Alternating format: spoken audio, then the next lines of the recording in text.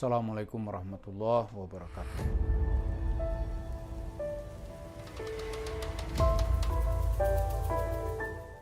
Para pemirsa, orang hidup itu katanya ada legacy yang ditinggalkan. Jadi kalau orang membaca legacy itu mungkin kalau dalam bahasa Arab disebut dengan miras atau wirasah gitu. Wirasah, waris kalau kita bilangnya. Jadi secara ringkasnya kita itu atau seseorang tuh mau mewariskan apa gitu. Maka tokoh-tokoh besar itu dikenal dengan warisannya yang abadi. Rata-rata itu baik. Itu dikenang dan menjadi rujukan bagi orang lain. Nah, dalam sejarah Islam di Indonesia era reformasi, kalau dihadapkan kepada saya, Yusuf Mansur itu legasinya apa? Kalau kita mau menulis tentang perkembangan dakwah di era reformasi, Yusuf Mansur ini mau ditempatkan sebagai apa? Karena kalau dilihat sisi-sisi baik dalam kehidupnya, saya sampai sekarang nggak dapat saya itu. Nggak dapat saya, apanya gitu. Karena cerita hidup Yusuf Mansur ini ternyata dia itu tidak pernah terlepas dari kisah-kisah membobol sesuatu gitu. Apakah nanti yang dibobolnya itu kotak amal? Apakah yang dibobolnya itu cerita-cerita sedekah lalu dia dapat duit banyak?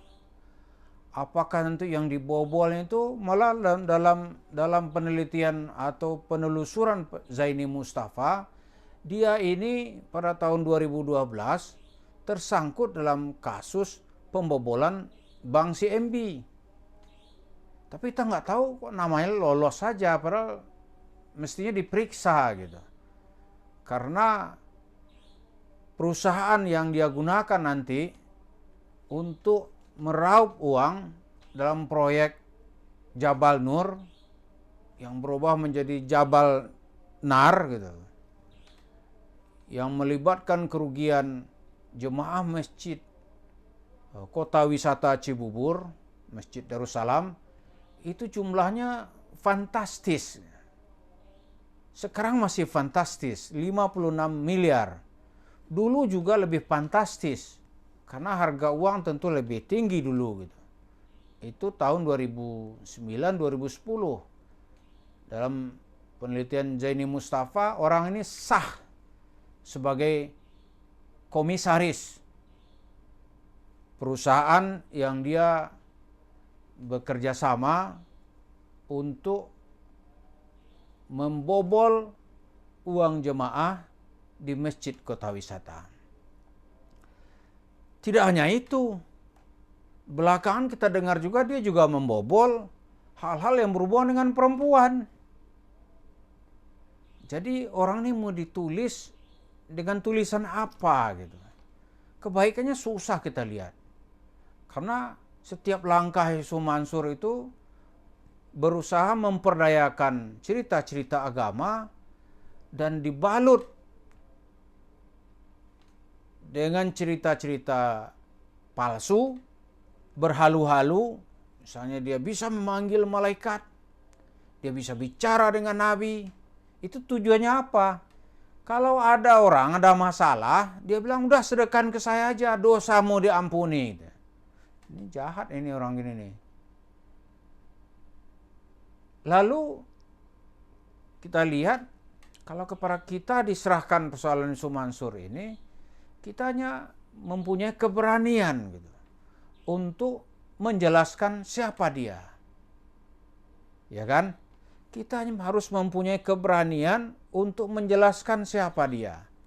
Ternyata riwayat hidup dia ini, ya dia jago rupanya. Bukan hanya uang sedekah masjid yang begitu banyak, yang dia nggak puas-puas, perbankan pun juga dia sikat gitu. Itu kasusnya sudah terbuka. Tidak ada yang ditutup-tutupi. Sudah merupakan keputusan Mahkamah Agung. Bagaimana perusahaan dia dengan mitranya itu terlibat. Gitu. Tapi yang kita heran, kok dia nggak diperiksa gitu. Waduh, nggak sampai nih ilmu kita nih. Kenapa ya? Katanya dia hanya membuat surat pernyataan menyatakan bahwa tanda tangannya dipalsukan. Gitu. Harusnya kan dibawa dulu ini, diperiksa benar nggak gitu. Dia nggak terlibat. Gitu. Nah, jadi dengan Asriansah ya PT Adi Prana itu kan bisa saja dia itu berkongkolingkong gitu. Jadi step-step isu Mansur ini makin lama kita buka itu kita makin ngeri. Orang ini ya Allah. Itu bank pun ya kalau netizen bilang ternyata dia tuh mafia pembobol bank juga gitu. Kalau mafia kita sudah tahu. Tapi yang nggak kita tahu dulu tuh dia membobol bank gitu. Ternyata belakangan Pak Zaini bisa membuktikan dengan akte notaris perusahaannya itu berdasarkan keputusan dari Mahkamah Agung, perusahaannya terlibat membobol uang bank dengan bahasa-bahasa sopan, yaitu minta apa namanya sekarang nih, kalau perdagangan luar negeri itu harus ada, kalau dalam negeri ini mungkin namanya SKBDN gitu. Nah ini yang dia lakukan. Jadi kalau suruh saya menulis tentang dia, bagaimana mau tempatkan ini? Pada satu sisi lain, dia juga membawa embel-embel agama gitu. Iya kan?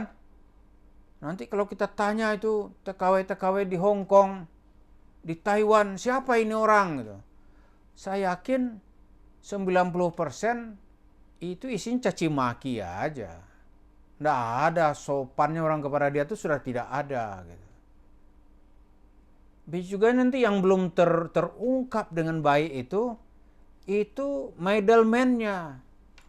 Orang-orang yang dia gunakan sebagai pihak di tengah gitu. Kalau dalam kasus masjid di kota wisata Cibubur, itu kan ada BMT. BMT itu kan sekarang sudah dilaporkan oleh Pak Zaini ke Bareskrim Mabes Polri. Jadi yang dilakukannya ini rupanya itu berjalin berkelindan, semuanya di dalam satu paket bagaimana meraup uang gitu. Bagaimana meraup uang? Kalau bahasa itu bahasa agama, dia akan berbahasa agama. Tapi nanti kalau bahasanya bahasa bisnis, dia akan berbahasa bisnis. Ya kan? Itu yang dia lakukan. Jadi kalau kepada saya disuruh mendudukkan orang ini, saya nggak tahu mendudukkannya nih. Paling kalau bahasanya sederhana ya, ini manusia yang membuat rusak sejarah dakwah Islam di Indonesia. Atau memakan korban yang cukup banyak, mungkin korban itu sebagian besar belum menyadari. Itulah yang dapat kita lihat ya. Jadi kisah dia ini ya mungkin kisah seorang mafia yang pingin kaya, ya dia membobol di mana saja bisa dia bobol gitu. Lalu kadang-kadang dia membawa embel-embel agama. Lalu kepada masyarakat, loh kalau begitu orangnya kok masih ada yang percaya gitu. Kok masih ada yang mau juga? Kok nggak ditangkap? Kita ingin hal ini kita ingat aja pernyataan Habib Rizik, laporkan aja nanti suatu saat akan ada masanya kasus-kasusnya itu akan dibuka dengan dengan akan dibuka selebar-lebarnya sehingga dia tidak punya lagi kesempatan untuk lolos. Jadi kalau selama ini dia sibuk itu dengan kasus lolos, kalah, itu dia pakai nanti NO lah istilahnya kan. Jadi belum sempat menyeret dirinya. Kalaupun selangkah lagi dia mau masuk penjara, saat itu Mansur bayar. Karena sifatnya dijatuhkan kepada kasus penipuan dan berujung damai. Jadi inilah salah satu rekaman dalam perjalanan seseorang yang menggunakan isu-isu dakwah, kalau kita diwariskan atau legasi yang mau dia tinggalkan itu, kita nggak tahu legasinya apa. Karena orang biasa meninggalkan tuh harus ada citra yang baik yang bisa diikuti oleh orang lain. Terima kasih. Assalamualaikum warahmatullahi wabarakatuh.